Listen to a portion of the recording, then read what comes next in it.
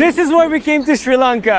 දුම්රිය පාපුවරුවේ එල්ලී ගමන් කරන අත්දැකීමක් ලබා ගැනීමට යා යුතු කදිම රටක් ලෙස සමාජ මාධ්‍ය තුළ ලංකාව ට්‍රෙන්ඩිං වෙමින් පවතිනවා. එනමුත් සංචාරකයන්ට අනතුරු කැඳවන මෙම ක්‍රියාව ආශ්වාදයක් ලෙස හුවා දැක්වීම විධිමත් ප්‍රචාරක දැන්වීමක් තුළ සිදුවන්නේ නැහැ.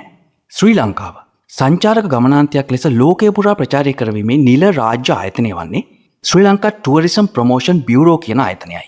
මේ ඔවුන් විසින් සැකසූ විධිමත් දැන්වීමක්. Stretch. Spend time with the people you love. Find your balance. Focus on the important things. Rest. So strong, so resilient, so Sri Lanka. ලංකාව පිළිබඳ ප්‍රචාරණය කවර මාධ්‍යයන් හරහා කවර ආකාරයකට සිදුවනවාදයි ඇතුලාන්ත නිරීක්ෂණයක් මෙම සෙෂන් එකේදී බලමු. මේ ට්‍රැවල් කන්සල්ටන්සි ඔන්ලයින් පාඨමාලාවයි. මම ටුවරිසම් ඉන්ස්ට්‍රක්ටර් රුවිෂ් කගමගේ.